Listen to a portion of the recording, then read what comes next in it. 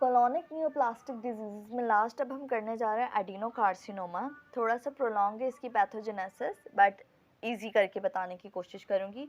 Adenocarcinoma की बात करें तो ये कॉमन मैलिग्नेंसी है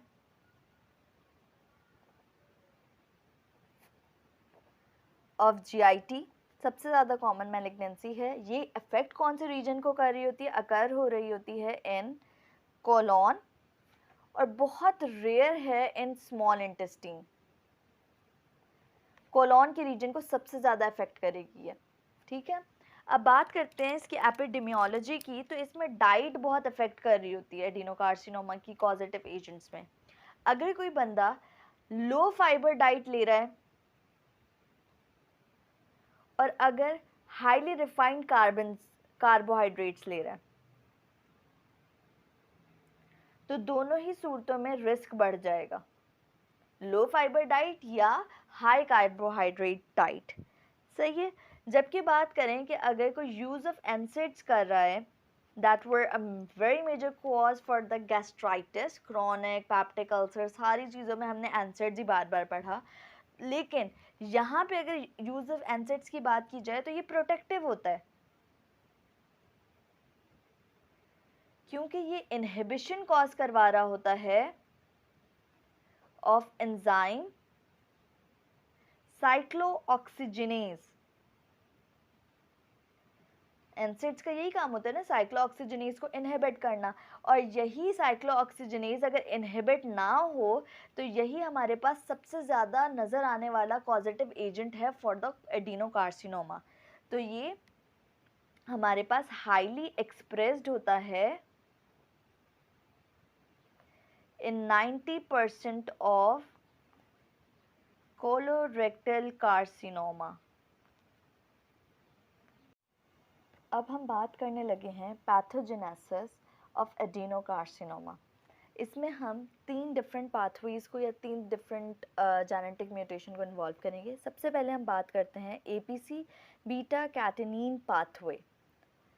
इजी करके समझाने की कोशिश कर रही हूँ। एपीसी जो है ये हमारे पास एक नेगेटिव रेगुलेटर है of beta catenin in W anti signalling. एक डब्ल्यू एंटी सिग्नलिंग पाथवे होता है, उसमें एपीसी जीन जो है वो बेसिकली बीटा कैटेनिन को इनहिबिट करने के लिए काम कर रहा होता है। अब होता क्या है कि हमारे पास एपीसी जीन जो है वो नहीं है। एपीसी जीन हमने एफएपी में भी पढ़ा था, फैमिली एडिनोमेटस पॉलीपोसिस में। इसका क्या फुल फॉर्म थी?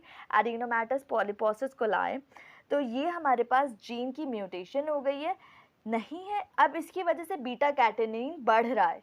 नॉर्मली एबीसी बीटा कैटेनिन को कम करने के लिए, नेगेटिव रेगुलेट करने के लिए यूज़ हो रहा था। अब वो है नहीं तो बीटा कैटेनिन आज़ाद है, वो बढ़े जा रहा है, बढ़ बढ़ के वो एक्यूमुलेट हो रहा है। अब उसकी एक्यूमुलेशन क्या करती है कि वो न्यूक्लियस में जाती है और वहाँ पे ट्रांसक्रिप्शन को एक्टिवेट करवा देती है। ट्रांसक्रिप्शन किस चीज़ की? एम्बाइसिन जीन, एम्बाइसी की और साइक्लिन डी की। ये दोनों जो जीन्स हैं ये रिस्पॉन्सिबल हैं for excessive cell proliferation and cell growth, ठीक है। तो हमारे पास एपीसी जीन क्या करता था? बीटा कैटेनिन को इनहिबिट कर रहा था और वो एम्बाइसिन और साइक्लिन डी को बना नहीं पाता था और सेल की प्रोलिफरेशन नहीं होती थी।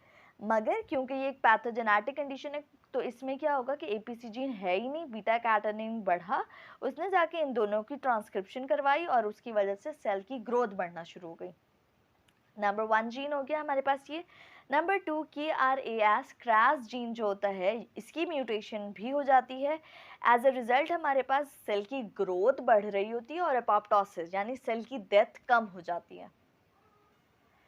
थर्ड अगर हम बात करें तो that is tumour suppressive genes, जिसमें हमारे पास SMAD2 और SMAD4 हैं। ये दोनों रिस्पॉन्सिबल थे टू इनकोड TGF बीटा, ठीक है। ये हमारे पास ट्यूमर सप्रेसिव जीन जाते थे, ये जाके TGF बीटा को इनकोड कर रहे थे। अब ये जो TGF बीटा जीन था ये हमारे पास रिस्पॉन्सिबल होता था कि ये सेल की ग्रोथ को ख़त्म कर रहा होता है। अब हमारे पास म्यूटेशन हो गई इन दोनों की, एज अ रिज़ल्ट हमारे पास TGF बीटा भी सिंथेसाइज नहीं हुआ और उसकी वजह से अनकंट्रोल्ड सेल प्रोलिफरेशन होती रही, सही है। कोई रोकने वाला जब नहीं होता तो क्या होता है कि कोई भी क्राउडेड एरिया या कुछ भी कि कहीं गार्ड नहीं है तो लोग कैसे घुसते चले आते हैं। तो इसी तरह सेल ग्रोथ को कोई रोकने वाला है नहीं, सेल को पता ही नहीं है, सेल को तो ये चीज़ें कंट्रोल कर रही हैं, तो वो हमारे पास अनकंट्रोल्ड सेल प्रोलिफरेट होता जाएगा। Same with tumour suppressive gene TP53, ये भी हमारे पास ट्यूमर को सप्रेस करने वाले जीन्स होते हैं जो कि हमारे पास सेल की प्रोलिफरेशन को इनहिबिट करते हैं। इसकी भी म्यूटेशन हो जाएगी, और इसकी म्यूटेशन कैसे होती है, क्रोमोसोमल डिलीशन से होती है। तो यहाँ तक हमने 4 जीन्स पढ़ लिए। नंबर 1 APC जीन की म्यूटेशन हुई, नंबर 2 क्रास जीन की म्यूटेशन हुई, नंबर 3 हमारे पास ट्यूमर सप्रेसिव जीन्स जिसमें SMAD2, SMAD4 and the last one TP53 की म्यूटेशन है। नेक्स्ट बात करते हैं माइक्रोस्टिलेट इंस्टेबिलिटी पाथवे। इसके बारे में बात की जाए तो हमने पीछे ही पढ़ा है माइक्रोस्टेटिलेट क्या होते हैं, शॉर्ट रिपीटिंग DNA सीक्वेंस। ठीक है, इनमें अगर म्यूटेशन आ रही है, इनको कोड करने वाले जीन्स की म्यूटेशन आ रही है तो वो माइक्रोस्टेटिलेट इंस्टेबिलिटी कॉज करेंगे। अब अगर ये नॉन कोडिंग रीजन में है तो फिर तो म्यूटेशन साइलेंट है, फिर इतना खतरे वाली बात नहीं है। मगर अगर ये कोडिंग रीजन में है जो कि सेल की ग्रोथ को कंट्रोल कर रही होती है, सेल की प्रोलिफरेशन को कंट्रोल कर रही होती है, वो वाले रीजन में है, तो वहाँ पे ये 2 कंडीशंस डेवलप होंगी। Number 1 type 2 TGF beta receptors, ऊपर बता चुकी हूँ। TGF बीटा रिसेप्टर्स अगर नहीं होंगे और इनको बनाने वाली चीज़ें नहीं होंगी और ये हमारे पास एब्सेंट होगी तो as a result uncontrolled cell growth होगी। ठीक है, सेल ग्रो ही करता जाएगा क्योंकि सेल ग्रोथ को रोकने वाला ये था। जबकि सेकंड है हमारे पास बेक्स हमारे पास एक एपोप्टोटिक फैक्टर होता है, तो अगर बेक्स कम है तो इसकी वजह से हमारे पास सेल की डेथ नहीं होगी बल्कि सेल की सर्वाइवेंस बढ़ जाएगी। बेक्स हमारे पास एपोप्टोसिस के लिए रिस्पॉन्सिबल होता है, तो सेल की डेथ नहीं हो पाएगी अगर ये नहीं होगा तो यहाँ पे हमने ये बता दिया 2 जीन्स के specific mutation, TGF beta receptors और बेक्स की म्यूटेशन। लास्ट है CpG आइलैंड हाइपरमेथाइलेशन फिनोटाइप। इसमें सिंपल सी बात ये है कि हमारे पास एक जीन है MLH1 प्रोमोटर रीजन। ये एक ऐसी जगह है जहाँ पे हमारे पास सेल की रिपेयर, अगर उसमें कोई डिफेक्ट आ गया उस चीज़ को ठीक करना होता है, उस जगह की हाइपरमेथाइलेशन हो जाएगी जिसकी वजह से MLH1 की एक्सप्रेशन कम हो जाएगी, उसकी जो जिस तरीके से वो काम करता था वो नहीं कर पाएगा और हमारे पास रिपेयर फंक्शन भी इनहिबिट हो जाएगा। यहाँ तक मैंने इसकी पैथोजेनेसिस कंप्लीट बता दी एडिनोकार्सिनोमा की। होप से समझ आ गई हो आप लोगों को।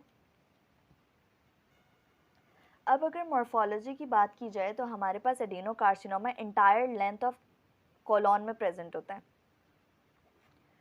लेकिन फिर भी अगर हम इसे डिवाइड करें कि ये अगर प्रॉक्सिमल कोलॉन में प्रेजेंट है और अगर डिस्टल कोलॉन में प्रेजेंट है तो क्या फ़र्क आएगा।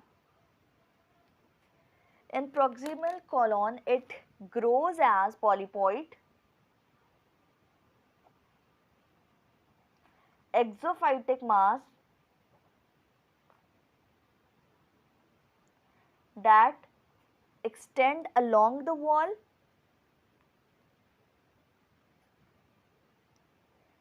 and cause no obstruction. However, in distal, it is an annular lesion,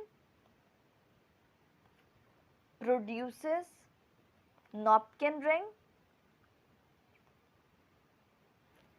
cause constriction of lumen.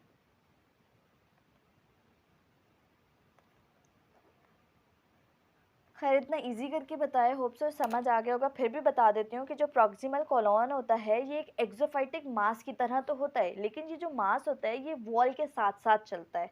सही है, ये ल्यूमेन को अफेक्ट नहीं कर रहा होता, इसका ल्यूमेन से कोई वास्ता नहीं होता, ये सिर्फ दीवार के साथ चल रहा है। लेकिन जो डिस्टल कॉलोन होता है ये एक एन्यूलर लीजन है जो कि रिंग बनाता है, और वो रिंग जो होती है वो हमारे पास ल्यूमेन को नैरो करेगी, उसको कॉन्स्ट्रिक्ट करेगी। तो डिस्टल वाला ल्यूमेन को अफेक्ट कर रहा है, प्रॉक्सिमल वाले का ल्यूमेन से रिलेशन नहीं है।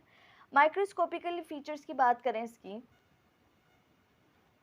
तो उसमें हमें क्या मिल रहा होता है कि ये हमारे पास कंसिस्ट कर रहा होता है tall columnar cells that resemble dysplastic epithelium found in adenomas, जो एडिनोमास में हमने कहा था ना डिस्प्लास्टिक रिएक्शन हो रहा होता है, तो बिल्कुल उसी तरह की एपिथेलियम मिलेगी। नेक्स्ट हमारे पास क्या मिल रहा होगा इसमें कि हमारे पास डेस्मोप्लास्टिक रिस्पॉन्स होगा,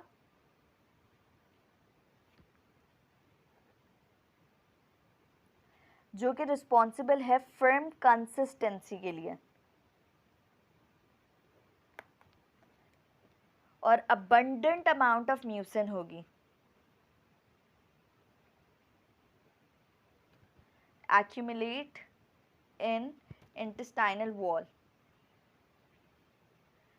क्लिनिकल फीचर्स की बात करें तो उसमें ये है कि अगर हमारे पास राइट साइडेड है colon, right sided colon affect है, तो वो अपेयर करता है as fatigue, weakness due to iron deficiency anaemia.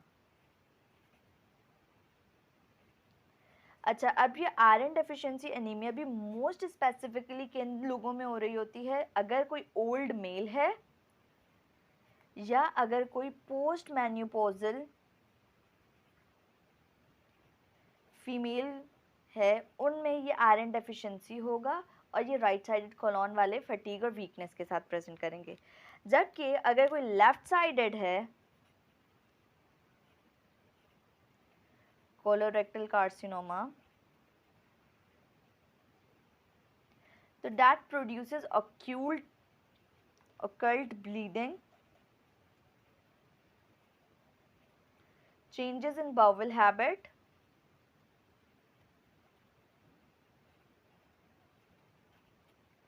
And cramps होंगे, एब्डोमिनल पेन होगा इन लेफ्ट लोअर क्वाड्रेंट। यहाँ तक हमने क्लिनिकल फीचर्स की बात कर ली। लास्ट रह गए प्रोग्नोसिस ऑफ द कार्सिनोमा। तो एडिनो कार्सिनोमा की प्रोग्नोसिस डिपेंड कर रही होती है इन्वेजन पे, कितना वो इन्वेड कर गया है। फॉर एग्जांपल, अगर ये ट्यूमर इन्वेड हुआ है टिल सब म्यूकोजा, तो 100% 5 years सर्वाइवल पॉसिबल है। मगर अगर ट्यूमर सब म्यूकोजा को पूरा क्रॉस करके मस्कुलरिस तक चला गया है, तब 70% सर्वाइवल चांस है। ठीक है, तो सबसे पहले डिपेंड किया on the depth of invasion कि क्या ये सिर्फ हमारे पास सब म्यूकोजा को इन्वॉल्व कर रहा है, 100% चांस है, और क्या ये हमारे पास सब म्यूकोजा को भी पेनिट्रेट करके मस्कुलरिस तक चला गया, तो 70% है। नेक्स्ट है लिम्फ नोड मेटास्टेसिस, जिसमें हमारे पास इस मेटास्टेसिस को करेक्ट करने के लिए रेडियोथेरेपी, कीमोथेरेपी चाहिए होती है।